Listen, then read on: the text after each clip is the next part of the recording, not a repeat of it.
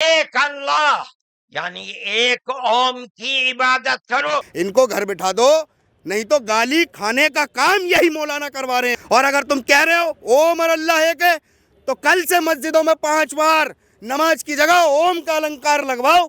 उस मंच पे जो भगवा पहन के हमारे साधु संत बैठे थे, शर्म करो। मैं तो नमन करता हूं उस जैन मुनि को जो मंच पे खड़े होकर ललकार के मदनी को कह के और मंच छोड़ के चले गए। ये साधु संतों तुम्हारे लिए एक सीख का काम है, क्योंकि तुम लोग वहां पर चुप रहे।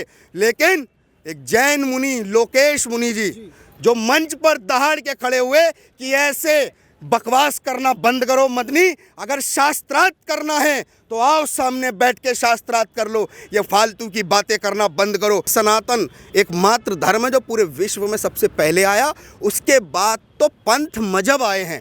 और ये किसको मानते हैं किसको जानते हैं, हम उनको नहीं जानते ना मानते भाई। हम सीधी बात बोलते हैं कि हमारे पास रामायण है, हमारे पास महाभारत है, हमारे पास उपनिषद है, हमारे पास ग्रंथ हैं। तुम्हारे पास क्या है? एक, उसको ही अलट के उसको ही पलट के पढ़ लोगे। अगर हमारी भारत की भूमि पर भगवान श्री राम ने जन्म लिया, भगवान श्री कृष्ण ने जन्म लिया, सबके साक्ष्य मौजूद हैं आज भी। तुम दिखाओ ना कहाँ है साक्ष्य किसी के। अगर तुम कह रहे हो आदम, तो साक्ष्य दिखाओ ना कहाँ है। ये कौन कहाँ से क्या बयान दे रहा है, इस पे ध्यान नहीं देना है। अपने बच्चों को धर्म ग्रंथ पढ़ाओ, शास्त्र पढ़ाओ, संकल्प हिंदू राष्ट्र अपने बच्चों को दिलवाओ, क्योंकि भारत की भूमि अब हिंदू राष्ट्र बनके ही इनको जवाब देगी।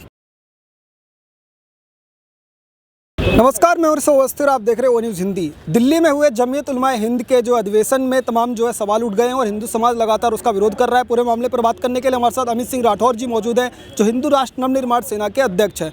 और अमित भाई, ओ न्यूज़ हिंदी के चैनल पर बहुत बहुत स्वागत है। आपका भी बहुत बहुत धन्यवाद। अमित भाई, आपने बयान सुना होगा मौलाना मदनी का। उनका कहना है कि ये जो देश है वो उतना ही जो है वो महमूद का है जितना कि भागवत का है और मोदी का है। तो जो लोग लगातार सवाल उठाते आ रहे थे मुसलमानों पे, वो कहते हैं कि ना जो है मुसलमान तुम्हारे बुलाने से हिंदुस्तान में आए थे और ना तुमसे निकाले जाएंगे। देखिए, भारत की धरती पर हम लोग किसी को निकालने की बात नहीं कर रहे हैं जी। पहली बात स्पष्ट कर दें कि भारत की जो धरती है वो हिंदुओं की धरती है, और यहाँ पर जो भी पैदा होता है वो हिंदू ही कहलाएगा। और रह गई बात मदनी जी की, तो बयान देना बड़ा आसान काम है। जिस प्रकार इन लोगों ने बयान दिया, ये भी एक 2024 की रणनीति है विपक्ष के द्वारा, इनके द्वारा बयान देना। जिस प्रकार इन्होंने बयान दिया, मैं तो मदनी साहब आपसे ये कहता हूँ कि आप एक फतवा और जारी करिए, क्योंकि आप कहते हैं कि अल्लाह और ओम एक ही है। तो कल से मस्जिदों में नमाज बंद करके ओम का अलंकार लगवाइए, क्या दिक्कत है? 5 टाइम ओम का लगवाइए, हम भी देखेंगे भाईचारा। भाई है ना हम लोग, तो इस भाईचारे को भी हम लोग देखेंगे। और रह गई बात कि दुनिया में और भारत में सबसे पुराना इस्लाम है, तो मदनी साहब मैं आपको एक बात बता दूं। पहली बात तो आपके पैर तो लटक रहे हैं कब्र में, तुम्हारा कोई भरोसा तो है नहीं, तुम्हारी बात और गधे की लात बराबर है।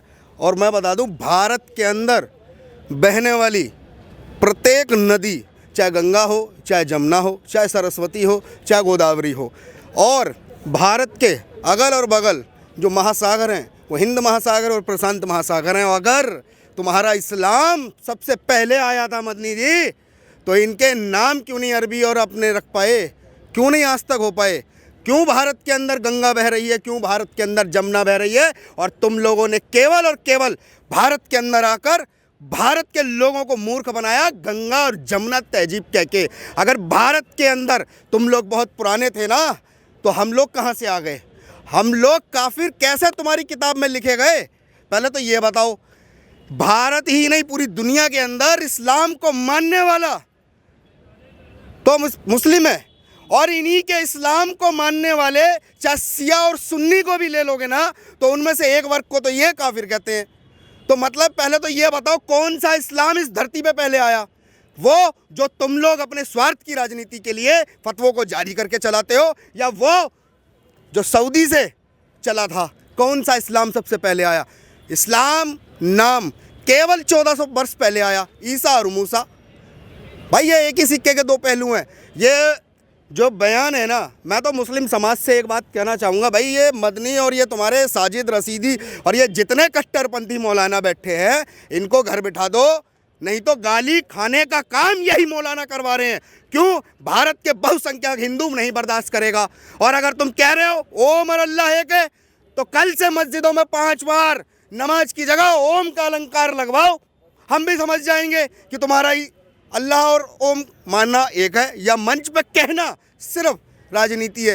ये प्रोपोगेंडे कर रहे हैं भारत की जनता को बहलाने और फुसलाने के लिए, और साथ ही लगातार देश के अंदर ये लोग अराजकता को पैदा करना चाह रहे हैं। भारत का हिंदू बिल्कुल तैयार बैठा, यहाँ पर जुबान में भी धार है और यहाँ हाथ में भी लठ है, और सब तरह से तैयार हैं। जैसा बोओगे बीज वैसा जवाब देंगे। और मैं आज एक बात और कहना चाहता हूँ, उस मंच पे जो भगवा पहन के हमारे साधु संत बैठे थे, शर्म करो। मैं पूछता हूँ संतों को, लेकिन उस संतों की उपस्थिति में ऐसे बयान आ रहे थे। मैं तो नमन करता हूँ उस जैन मुनि को जो मंच पे खड़े होकर ललकार के मदनी को कह के और मंच छोड़ के चले गए। ये साधु संतों तुम्हारे लिए एक सीख का काम है, क्योंकि तुम लोग वहाँ पर चुप रहे। लेकिन एक जैन मुनि लोकेश मुनि जी जो मंच पर दहाड़ के खड़े हुए कि ऐसे बकवास करना बंद करो मदनी, अगर शास्त्रार्थ करना है तो आओ सामने बैठ के शास्त्रार्थ कर लो, ये फालतू की बातें करना बंद करो। और सत्य था, शेर की दहाड़ थी, क्योंकि इस देश के अंदर 100 करोड़ हिंदू जैन हैं और जैन सारे हिंदू हैं।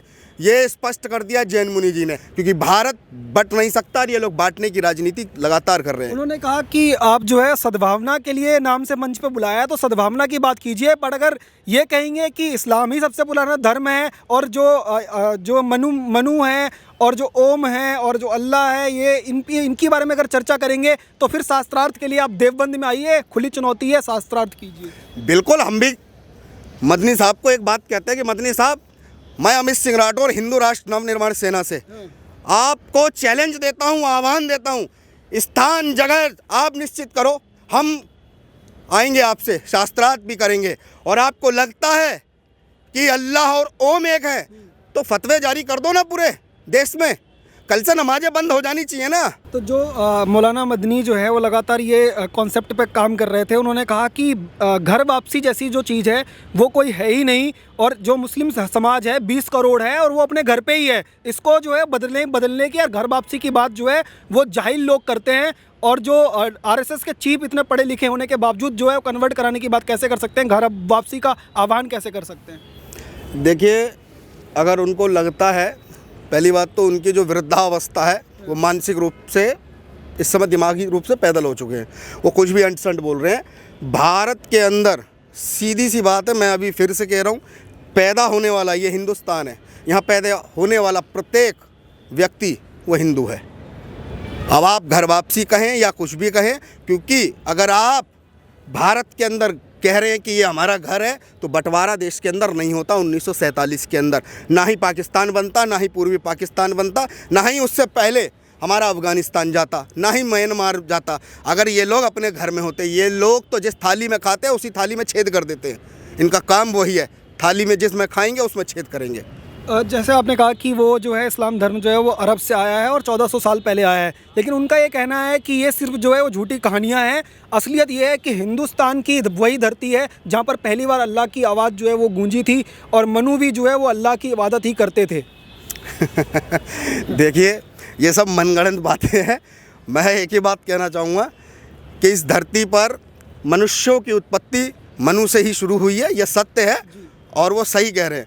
लेकिन हम किसी को भी नहीं जानते, केवल ब्रह्मा विष्णु महेश के अलावा, क्योंकि संसार की उत्पत्ति ब्रह्मा जी ने की थी और विष्णु जी और हमारे महादेव जो विघ्नहर्ता हैं। और ये किसको मानते हैं, किसको जानते हैं, हम उनको नहीं जानते ना मानते। भाई, हम सीधी बात बोलते हैं कि हमारे पास रामायण है, हमारे पास महाभारत है, हमारे पास उपनिषद हैं, हमारे पास ग्रंथ हैं। तुम्हारे पास क्या है? एक, उसको ही अलट के उसको ही पलट को पढ़ लोगे?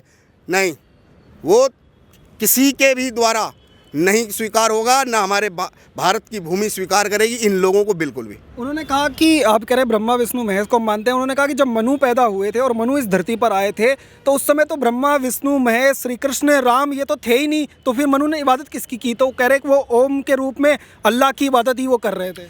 अब ये अगर थोड़ा सा पढ़ लेते शास्त्रार्थ, इसलिए तो जैन मुनि जी ने बोला कि हम आपको चुनौती देते हैं कि शास्त्रार्थ कीजिए बैठ के, क्योंकि इनकी एक किताब है उसको अलट पलट ये उसी को पढ़ते हैं, लेकिन हमारे पास हर वो साक्ष्य है। अगर हमारी भारत की भूमि पर भगवान श्री राम ने जन्म लिया, भगवान श्री कृष्ण ने जन्म लिया, सबके साक्ष्य मौजूद हैं आज भी। तुम दिखाओ ना कहाँ है साक्ष्य किसी के। अगर तुम कह रहे हो आदम, तो साक्ष्य दिखाओ ना कहाँ है, कहाँ है। भगवान श्री राम ने पुल बनाया, राम सेतु, वो साक्ष्य आज भी मौजूद है। इस धरती पे सारे साक्ष्य मौजूद हैं, तो कम से कम मदनी एक बार उन साक्ष्यों के पास जाओ और उसके बाद बात करो, क्योंकि शास्त्रार्थ करो, क्योंकि भारत ही सनातन एकमात्र धर्म है जो पूरे विश्व में सबसे पहले आया। उसके बाद तो पंथ मजहब आए हैं जो किसी एक व्यक्ति के द्वारा बढ़ाया गया। तो अब जो है हिंदू समाज के तमाम जो लोग हैं वो इस अधिवेशन पे जो है वो लेकर के काफ़ी कन्फ्यूज़न है उनके मन में कि जो ये सवाल उठाए गए हैं मनुस्मृति को लेकर के, मनु को लेकर के, और जो कहा गया कि अल्लाह और ओम एक हैं, तो हिंदू समाज के लिए कोई एक मैसेज देना चाहेंगे हिंदू राष्ट्र नवनिर्माण सेना की तरफ से? देखिए, मैं एक ही बात कहना चाहूँगा, हिंदुओं उठो, बंद मकानों से बाहर निकलो।